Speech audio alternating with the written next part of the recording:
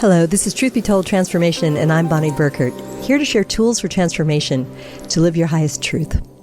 So one important tool for transformation is ritual. There's a lot of different approaches to it. I think some people may feel that ritual has something to do with, maybe the old ways of doing things. I'm not so sure about that, and so I've invited to the show today a special guest who can tell us a little bit more about her view of the art of ritual. Welcome, Suzanne Sterling. Hello. Hi, Goddess. Hi. Nice to see you. If for those people on YouTube, you can see this. Anybody else, check out our YouTube channel, Club Paranormal. Suzanne, there's a magical tree that you seem to be. Mm-hmm. Is this a wisdom tree of some sort? It is. It's many thousands year old olive tree in a temple in Sicily. Oh, wow. Let's go. It's an interesting temple because, speaking of ritual, as you walk through this temple, it's called the Valley of the Temples. As you walk through this temple, it starts with Roman structures, and then you go back, and then it gets to the Temple of Zeus, and you go back. And as the further back you go, the more chthonic it becomes, which they call the chthonic gods and goddesses, the earth-based ones.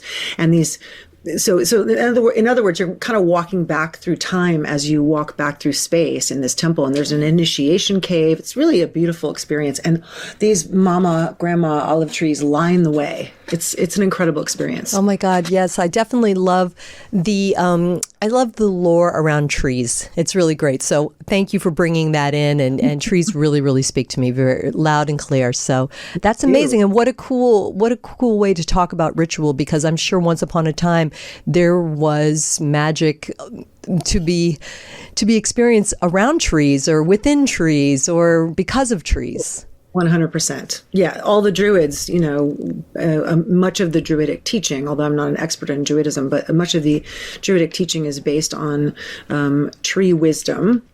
And, I really like the point that you made in the beginning, which was about the fact that, when we think of ritual, we often do think about, people either say, ritual is a thing that I do over and over again, like a repeated motion, or a ritual is something that doesn't mean anything to me because it's just come down to me and it doesn't have any, pulsing, living sense to it.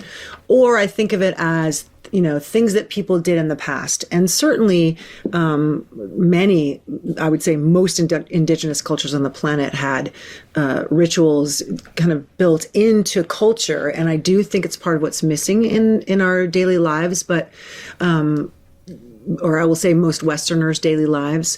But I think that for me, ritual is about bringing the sacred into our lives now, tools, and one could even say organic technologies to do that. That's the kind of ritual that I know and love and want to talk about. Yeah, I mean, wow, what you just said about maybe how we've stepped away from ritual in modern, again, Western. I mean, it's a really interesting way to think about it, especially examples of maybe eating the family dinner. That might have been a ritual. Yeah. Right. But certainly holidays. And it's funny because I wouldn't ascribe to religion per se. But it's funny the way I say religion, like, I'm sorry. I'm sorry if that came across a little harsh. But and yet there's something about it that I fall into. Now, okay, truth be told, partially because a lot of the religious ceremonies, Easter, Christmas, follow pagan rituals. Thank you very much. And even say it's appropriation. Right, before we get all mad about us appropriating the Eastern world. Let's remember. Yeah, I mean, it's really interesting to think about it. So, okay, there's some history there you could touch on, but there's also practice that you may want to run with. So over to you. Yeah, I mean, so if we talk about the history of humanity is being in a deep relationship with the web of life, right? Deep relationship meaning the weather, deep relationship meaning agriculture and where our food comes from, where our water comes from, the weather patterns, the cycle of the year. That's all something that human beings were very much in relationship with, maybe at cause of, and we're wanting to speak to the sacred through that relationship. And part of where we've gotten to in modern culture, and not like it hasn't been very long, where we've gotten to this point where we're so separate from that, where we don't know where our food comes, where we don't know where our water comes from, where we don't know where the food in the supermarket came from, and we're kind of disconnected from the cycles of life, disconnected from the web of life around us, in which we are dependent and interconnected.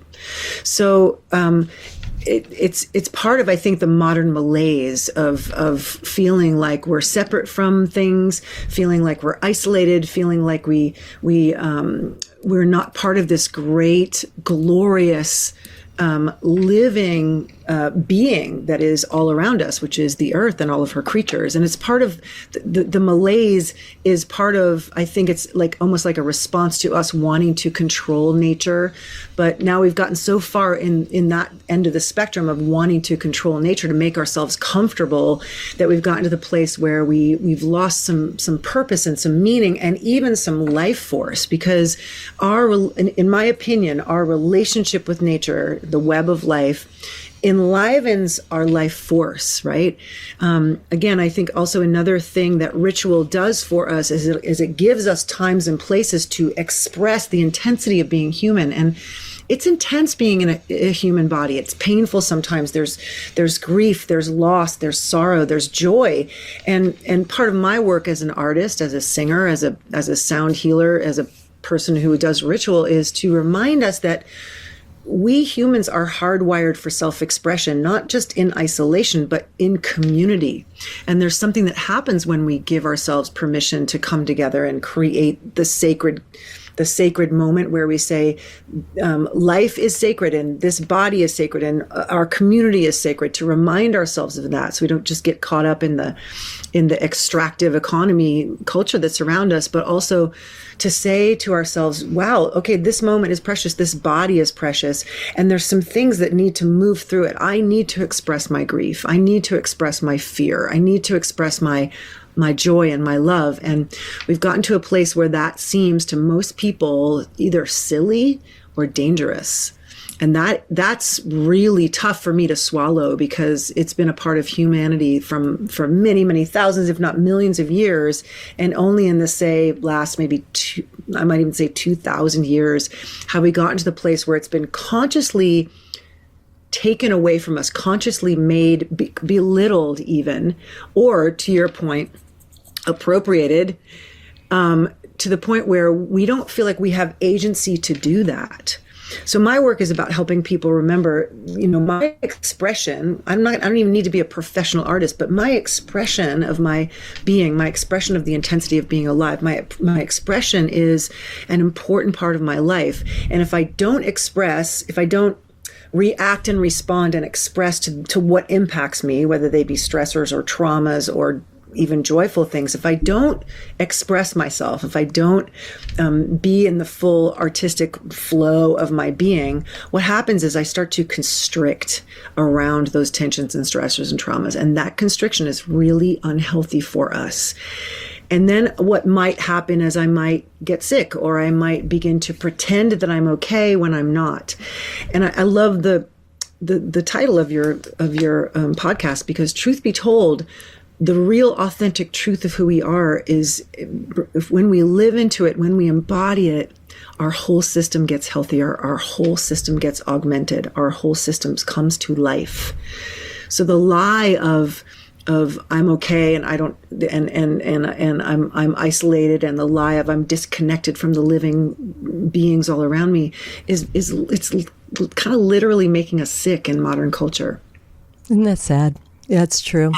One of the things that you were also touching on as we looked at certain rituals and is community and the collective. Like, I really get swept up in the collective, and the day job for me is social media marketing, and so it's St. Patrick's Day, for example. It's got to be green, and it's all green, and you're feeling it, and you're putting it out there, and you're taking it back in, and there's exuberance that goes with it. And I'm just using an example of something that's done digitally. But right. What if Easter time, maybe you don't believe in maybe you're not religious, but maybe you want to still be out in nature in a garden that day and look at the flowers that are coming up. I mean, aren't there different ways to do, because many other people are going to be doing that. And it's old. It's old to step out into the world and be like, oh, there's shoots coming out of the ground after this long winter. There's this evidence of life force coming up all around me. There's evidence that the sun is coming back. There's evidence that the days are getting longer. There's evidence that summer is coming. There's evidence that no matter what death process we go through, this is, metaphoric now, but whatever death process we go through, whatever long time fallow periods we go through when we can't see what's going under the ground, things happen. Things come to life now, and we get to celebrate that. And it's part of being human. I do want to say about collective and community that it's like there's now, because in the sound healing realm, we're now able to prove scientifically what many cultures have known for a really long time about sound. Sound is a physical thing. Sound moves matter. And there's this beautiful thing called resonance. And resonance is when two or more vibrational patterns match up, there's an amplification of the field. And that happens in our bodies as we make sound. If we make sound correctly in our bodies, we can use the empty spaces of the body to get a fuller, more authentic sound in our singing and speaking voice. But also when groups of humans come together, when we breathe together, when we move together, and especially when we sing together, and especially if there's kind of rhythmic entrainment through drums or some kind of music, what happens is our brain waves begin to sync up, our heart rate sync up, our breathing syncs up, and there's this beautiful collective resonance that is measurable. And that collective resonance creates something greater than the sum of its parts. This is why our collective, ecstatic, sacred, spiritual, ritual experiences are so powerful. And it's part of why they've been controlled. It's part of why they've been taken away from us, because they are liberating to us. And, right now in Afghanistan, it's illegal for women to sing. God. So I think there's something to this thing of, keep us separate and silent. We will be more controllable. Bring us together to celebrate and be in the sacred. Then we become our own spiritual authority. And that is a beautiful thing. It's a really beautiful thing. And so that's what I want to kind of give us permission to do, is see yourself as a creative artist of life. See yourself as a person who can stand for the sacred in every moment. See yourself as a person who can, despite whatever resistance you meet out there, bring in a sense of the sacred, not in a way that's boring or he's going to hijack everyone's energy, but more like, hey, let's take a moment at this party or dinner or event. Let's take a moment and just give thanks and be together and notice what a gift, what a privilege it is that we are right now able to be together, able to sing together, able to eat this beautiful food. And those little moments of remembering who we are and where we are and where we exist in the time and space I think they're really crucial to the human heart. I think people who are lacking that connection to the sacred often really feel a lack of a sense of purpose. And I'm not saying religion. I'm not saying, I think people who don't believe in a higher power necessarily can still have maybe not a spiritual experience, but an experience of oneness, an experience of life, an experience of the sacred. Yeah. Wow. That's so, there's so much there to unpack. Thank you. I love thinking about that. One of my takeaways from that would be presence. So really getting into the moment and really cherishing the moment, by being present. Yeah. I think maybe you're able to observe sort of the divine spark and all. And it could even just be by being present, like maybe you're in traffic and it's annoying, right? But instead of just focusing on the car in front of you that cut you off to get, only to the red light right there, don't even think about that. Yeah. Look at that cloud. Oh, yeah. Oh, there's a hawk on the light post, on the lamp overhead, yeah. Right? So an invitation to everybody, a tool to use, present moment, and pulling higher and get out of the weeds. And also notice, right? Like to your point, notice there's a cloud there. Because I think we get into these habits and patterns of seeing, right? We get into this like linear way of seeing things. All I can see is the traffic. All I can see is the lights. All I can see is the thing, the to-do list in my head, rather than being aware there's omens, there's signs, there's information all around me. That's also a magical skill, a ritual skill, if you will, is reading the information that's around us in the natural world all the time, reading the story of nature around us. And luckily there's a lot of really great books out there about seeing, about noticing, about understanding what we don't necessarily notice about life, what we don't slow down enough to notice about life, what we're not seeing. I was with a friend a couple weeks ago. We were up in a place in nature, of course, and there, for some reason this year, the oak trees like just dropped so many acorns. We were walking on this pathway of acorns, and we stopped and we looked, and the acorns have this like red center, and they crack open from the shell, and they send out this little root, and the root starts to go down, and all of them were doing it. But if we hadn't stopped, we wouldn't have seen that. And for us, it was this beautiful, evidence of life bursting through, and evidence of, maybe even some kind of hope. Nice. It's a pretty intense time out there, right? So places where I can find evidence of hope are important to me. Life going on. But I mean, that sounds a little trivial to the point that you're making, especially as we talked about the beauty of these ancient trees. Yeah. Right. Very much so.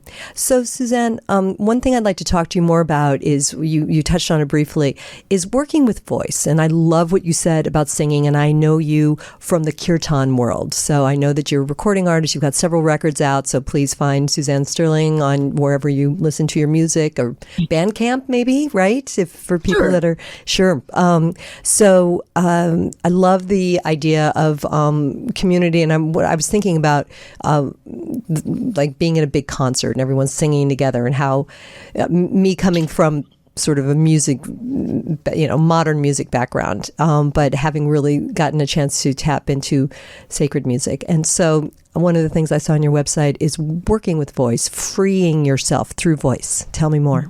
Yeah. So again, humans, I think, are hardwired for self-expression. I know it's who we are. I've seen, I've worked with hundreds and hundreds of people at this point to release self-expression and to find that creative impulse. And I believe that human beings are innately creative and innately expressive. And we might have been told the lie all our lives: you shouldn't or couldn't sing, right? I ask people wherever I go, how many people in this room were told at some point that you could not or should not sing? And in the Western world, it's usually about 90% of the room, which is hugely upsetting to me, because I believe that everybody has an authentic voice. I've never met anyone who can't sing, but I have met people who aren't familiar with their instrument, right?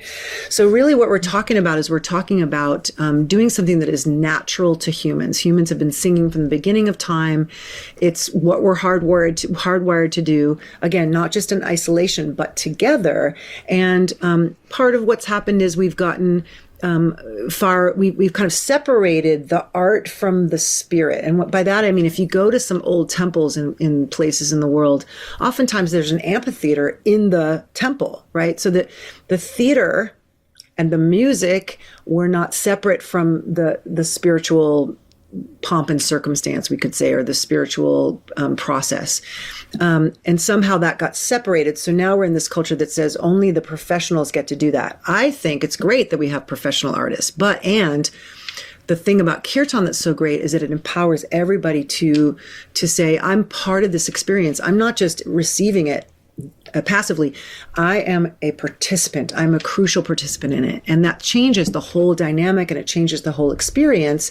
And then furthermore, because sound is a physical thing, we are allowing ourselves to vibrate ourselves from the inside out. We're literally massaging our nervous system and releasing endorphins and peptides and all kinds of amazing things in our bodies as we allow ourselves to literally vibrate with the different frequencies of the sounds that are being sung through us.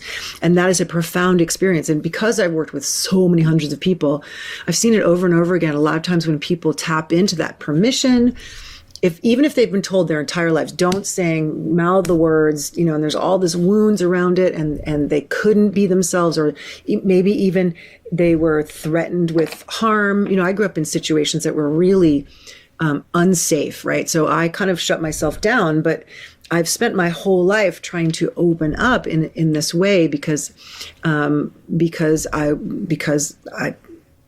my experience as a child. So I feel like I've seen a lot of people who are like, they have a wound here.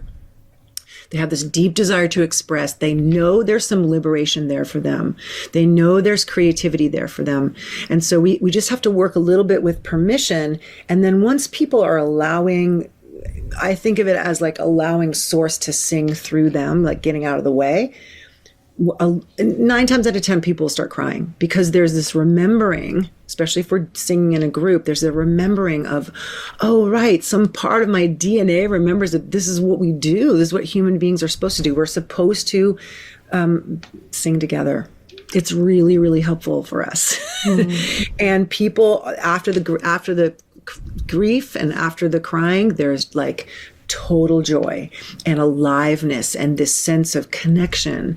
And I could talk about how, the little part of our brain that tells us we're separate from each other measurably goes to sleep when we sing together, measurably goes to sleep. So there's all this brain science stuff that's happening now too, and we're starting to be able to measure it.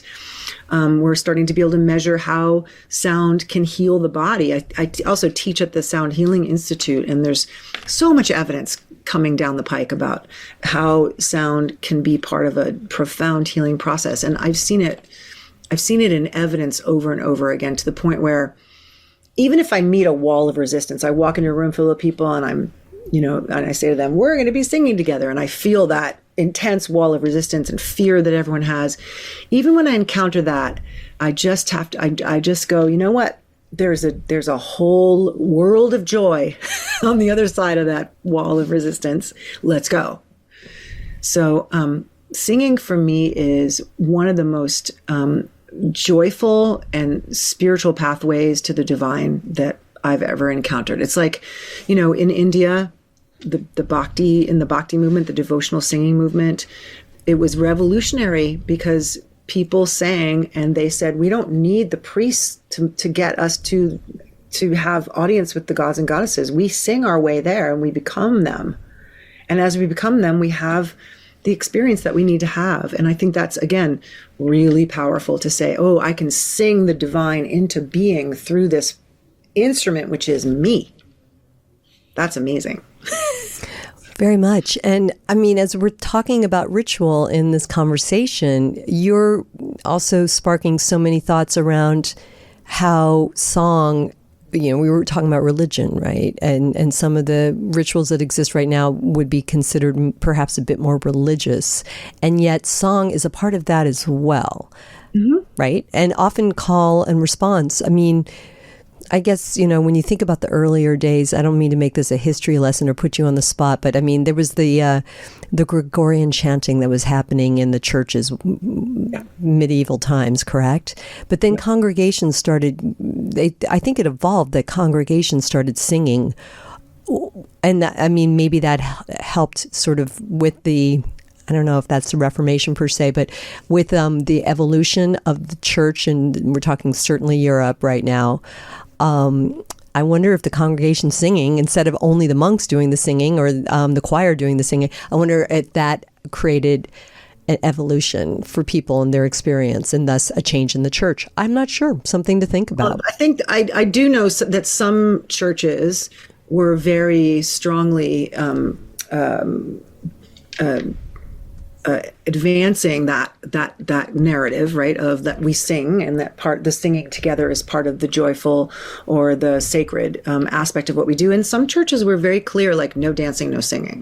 There's an incredible book called Dancing in the Streets by Barbara Ehrenreich, and the subtitle is A History of Collective Joy. And she talks about how, ritual changed from how it used to be in many, many, many, many cultures for a long time, and how certain spiritual traditions and religions came in and either, enhanced that, kept that going, or put the kibosh on it. And her end sort of her end conclusion is that in her mind, there's only two places where we get to be in that wild self, or that ecstatic, expressive self in modern culture. One of them is sports events. Yeah, interesting. And the other one, because people paint their faces and they have chants together and they have collective experience, right? And there's full permission. And the other one is rock and roll. And maybe she didn't talk about kirtan because she wasn't familiar with it, but kirtan would be a third way, or, any call and response chanting. And so I think that it's beautiful for us to be reviving. I live in the Bay Area, and here in the Bay Area, there's lots of collective singing experiences being revived. There's lots of improvisational collective experiences happening. And I just think it's one way that we can, create something really simple, like a more elaborate ritual might not have singing all the way through. It might have a guided meditation. It might have invocations that are elaborate, but a simple way to get people to be involved in a collective sacred experience, which is one example of, or one definition of ritual.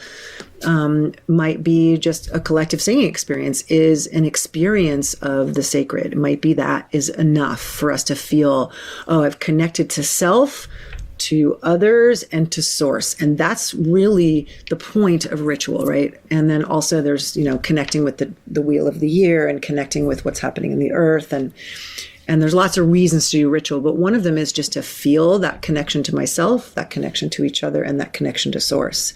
And another really great definition of ritual that I love is the art of changing consciousness at will, right? Not with drugs, not with substances, but really rhythmic entrainment, movement, being in the sacred, singing together, all those things shift our consciousness, and they require a little bit of willpower. But as we shift our consciousness, we have access to different ideas, different ways of being, a deeper wisdom maybe. And that's precisely what's needed on the planet right now, is for us to deepen into and remember some of the wisdom traditions and what they've been teaching us about the fact that we have the potential to create. We've created all of this. We've created all of this, what could be considered this time of dystopia, or like this obsession with dystopia, even especially in Hollywood. We've created all that. We can create something else. We can invent and imagine, if we tap into our life force, a different way, another way. Let's do it. And I mean, I was thinking, let's do it. Okay. See you there. No, but one of the things I was thinking about what you were saying, and it's interesting because, we are in Hollywood, Burbank, and, we created this. So where I went to in my mind was technology. Right, because media and and the technology and the media that through which that is delivered on the technology, we can cite that as a problem. Like, we know people getting obsessed with Instagram and addicted to TikTok and things like that. However, check us out. Here we are. I'm able to speak to you. Yes. And have this conversation and broadcast it to the world. So, yes. Right? So, I mean, like you said, and I really do love what you're saying about we have the control and thus the responsibility to wake up, which brings me to another important thing we need to talk about you, spiritual activism. Mm-hmm. Yes. What the heck is that? I don't know, but we need it. But I'm sure we need it. Yeah. I mean, okay. So for me, it goes back to my ritual roots, right? So as a longtime person who's been doing ritual and teaching ritual, inherent in this is my opinion, inherent in a specific experience of the sacred. So say I have an experience and I'm like, wow, those trees over there aren't just something that I can cut down for wood. They're alive. They might be having conversations with each other through the mycelial network. They might be housing other animals. There's a whole ecosystem out there that I'm starting to understand. And I'm dependent on it because it also keeps the hill in place. It keeps the water in place. Like, it's the whole thing. It's the whole web, right? It's alive and it's interdependent. Once we get an actual visceral empirical experience of that, I believe to the thing that you just said, I believe there is an inherent responsibility to care for that which is sacred. That's the bottom line as far as I'm concerned. So for me, that is the foundation of any and all spiritual activism is I care about it, whether it's the water or the animals or the humans or the trees. I care about it because I know that it is it's part of the great web, and I know that the great web is a sacred thing. This beautiful earth. There's no astronaut that's ever gone out into space and not looked back in the earth and had some kind of spiritual epiphany. Like they all are like, whoa. That's true. So there's this thing, we're living on it. We're taking advantage of it. We're destroying it. We're polluting it. We're extracting from it. And that's not been very long that we've been doing that. For a long time, many, again, indigenous cultures lived in harmony, maybe not with each other, but definitely with the earth and with some way of being on the earth that wasn't so dire. So for me, spiritual activism is, okay, I have this deep heartbreak about what's happening to the ... trees, dolphins, you name it. And I need to step in. I need to do something about it. Or I can sit back, but it's really important to me to serve in a way that matters. So that's been my take on it for a long time. And some of the people that I have worked with have been longtime frontline activists, right? Frontline meaning defending really destructive actions that were going on. But there's many ways that we can step into activism. My favorite frame on it is the engaged Buddhists talk about block, build, and be. And Joanna Macy, who wrote many wonderful books, talks about it too, a little, even a little bit more in detail. But the block is basically like one way that we can step into our spiritual activism is to block destruction. That's key. And it's kind of what's needed right now, especially what's going on in the world. There's a lot of people we just need to step in and say, that's not okay. That's a no. But that's a sometimes dangerous way to engage. It also can be very burnout if you do it alone. Another way to engage in spiritual activism is to discover, how did we get to this place? What were our motivations? And how can I create better alternatives to what's happening? In other words, how can I create better alternatives to the use of fossil fuels, which we know are going to run out, et cetera, et cetera. And then the third bucket of engaged Buddhist activism or sacred activism is really changing consciousness, which is an interesting thing, right? We can save all the trees we want, but if we don't have a consciousness of what that means or why it's important, or we don't change our way of being, right? I used to be uber productive person, and I realized that my hyper productivity wasn't necessarily helping things, and that I needed to cultivate a deeper sense of presence in my being, that's actually probably the most important thing that I can do. And then from that place, if I can take action, the action's going to be much more grounded. It's going to be much more maybe helpful. It's going to be much more real. So one of the things that we did with Off the Mat, which was a nonprofit that I co-founded and worked with for 16 years, was we trained people in this. Like, I need to look at my motivations. Am I trying to get my unmet needs met by being of service or looking like a good person or a savior or whatever the story is? And can I bring it back to just my simple heartbreak and my simple desire to serve, because I have a deep sense of love and compassion in my heart? And also looking at, that's important for me to heal my own trauma first, and then go out and serve from a place of, I'm not helping you, I am you, right? Mm-hmm. We're here together. We're doing this healing thing together. And that's a much more effective way to go about being of service. So again, I think there's many ways to be a sacred activist, and each person has to find their way and follow their own path. I think the one thing that's easy to happen right now for all of us is to get overwhelmed and paralyzed. Mm-hmm. Yeah, I agree. It's too much.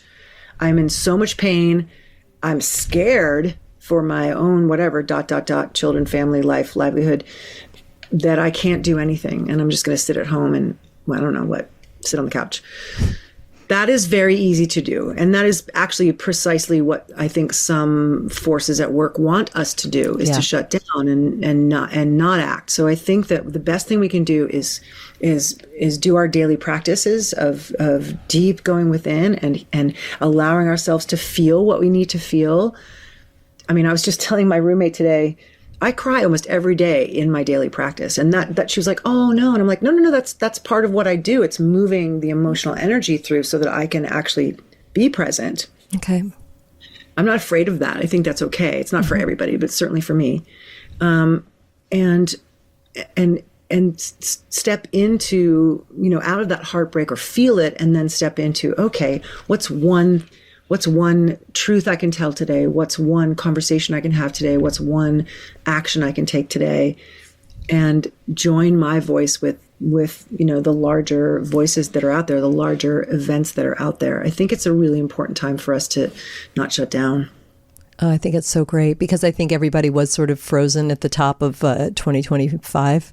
I think there was, and then as somebody, Southern California and Los Angeles area, we had the fires, and it's been hard. And I know what you're saying about the tears. And I would explain, because I feel like I've cried more this year than maybe ever in my life. But sometimes the tears are not just for the sorrow of the people of, the victims of the LA fires, but also the kindness that was shown to them, and communities coming together, and the firefighters being honored at the Grammys and things like that. So I found that I was moved not only, in some ways, not out of the empathy for people, but also the joy and the hope that I saw as people rallied together to come, to help towards healing on different levels, whether it was just caring or actual financial. So, yeah, I think it's... The compassionate heart is soft. And it may have tears that go with it. And that's not a bad thing at all. Maybe we're moving pain out. Maybe we're moved to tears. Maybe we're moving tears of joy or just like a deep sense of the bittersweetness of life. All of that is encompassed within this open-hearted, compassionate take on life. And to me, it's like it can hurt when it's the metaphor that I use for it is like when we allow ourselves like that, it can feel like frostbite, when you get like a little cold and your fingers or your limbs get there's no circulation, and then the circulation starts to come back in and it hurts a little bit. Oh, yeah, that's a good analogy. Ow! But then it doesn't hurt forever. It's just a whoa. So I feel like that, that's something that I have to do every day to make sure that I don't go into, shut down. That's great. And Suzanne, you've been doing this for a long time, and in so many different ways. You're a yogi, again, musician, you're a teacher and a guide. I mean, I remember having a chance to meet you in person, and you were telling me all about the tours and that you lead in Europe, and which we'll do an offline conversation about that. I'm like feeling the call to go back to some of these sacred sites. And the thing is, there's this yearning for me to visit these places. And yet I think, yes, just walking and observing perhaps is its own ritual. Getting to sites like a Glastonbury tour or the stone circles of England and Scotland. But I think you bring this wisdom to, again, an understanding of what rituals may have happened at the time, or how a modern ritual could take place. Yeah, I mean, there's a lot of people bringing those back, and we want to be careful when we're traveling, because there are some places where those, kind of like a reviving of the old ways maybe is welcomed, and other places where it's not, right? But I do think that going to these sacred sites, whether they're wherever, a place where you live, because sacred sites are everywhere, by the way. Yes. Whether it's where you live or in a place you've always wanted to go, Stonehenge, or for me, it was Orkney Islands, going there. And I think the most important thing that I would say to people is like, slow down. Don't just look. Don't just take your first look and then leave, right? Don't take the tourist route. Don't get off the bus and then Well, get don't back. have your phone in your hand the whole time taking pictures. Yes. Stay with it. Yeah. Like really drop down and drop in and listen. That's not necessarily a ritual. I think it would be great to go to the stone, the Ring of Brodgar in Orkney and have a moment where there was a bunch of us having a ritual and singing together and making prayers, and that would be amazing. But again, those places are see you there. Some of those places they've been overrun by tourists, and so they don't allow that kind of thing. But I say that, you can go there and even if there's tourists walking all around you and talking and, littering and all the things, you can drop in and you can have an in-depth experience with whatever's there. It's harder if you can't get silence, if you can't really to really feel the imaginal realm or the spirit realm that's right there underneath our rational realm. But it's there. It's definitely there. You've given us lots of different ideas of how to tap that, and it's really great. And thank you. And in our final moments, I like to always ask this question. How do you think we're doing? I mean, we've referenced the challenges that exist modern living, and yet here we are able to talk about this openly on a platform that gets out to the world. So what's your temperature on things? Are we collectively human beings doing? Yes. Mm-hmm. Well, Where's it all going? I actually do believe in a long arc of justice. That is something that I do believe. I do think we are evolving through this very, I will say, very dark time. Some people call it the Kali Yuga. Some people call it other things. I believe we're in a pretty intensely dark time where we're going to be taught some lessons, if nothing else by the earth herself, because of the way we collectively as humanity have behaved. Will we learn? And I think we will actually learn those lessons. And I think that there's enough of us that are that have been able to survive and grow and maybe even heal some of the cycles of violence that we inherited, to be able to look forward, have conversations like this, maybe craft a way forward. Like, I know visionaries, I know people who are imagining how we might get through this time and past it and build a world that is sustainable, inclusive, joyful, ritual based, and people have been thinking about this. I wish that we had a lot more visuals of it.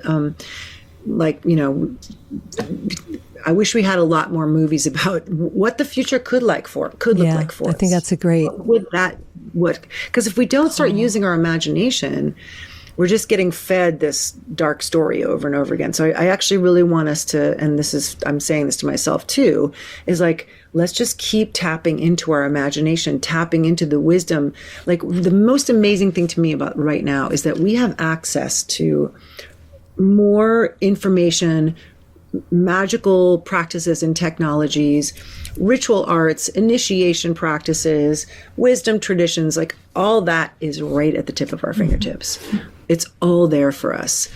Can we integrate it? Can we bring it into our bodies? Can we bring it into our communities? Can we utilize that information and wisdom, as well as technology, as well as our imaginations, to craft something that is not extractive, that is, like I said, sustainable and in balance with the totality of all the humans, all the birds, all the trees, all the animals, all the water, all that stuff, like in balance with the totality, and yet still ecstatic and joyful. I absolutely believe that we can do that. Let's for go. Sure. Let's go. I'll see you there. No, okay. Let's do it. Yes, Bonnie. It's wonderful. Namaste. Thank you. This has been so much fun. I wish we could keep going, but we'll just do it again. Okay. All right, everyone. Suzanne Sterling. SuzanneSterling.com, correct? Yes, correct. Quite simple. Find her there. Thank you again. Thank you. Namaste. Truth Be Told Transformation, everybody. I'm Bonnie Burkert. And don't forget, Tony Sweet is on Fridays, 3 p.m. live on YouTube, YouTube channel Club Paranormal. If you happen to be listening to this on the podcast, join the community and say hi and ask Tony hard questions. We love to give him a hard time. Robert Hensley is on with rewilding. So as Suzanne was saying, a return to nature and tapping into that. So Robert's been doing shows for a lot of time, and that's his focus right now, much needed. My focus is really trying to help people move through the many changes of life, to celebrate life, to be in gratitude, certainly. So we certainly appreciate that you're here with us, and please share if you care. And until the next time, shine on.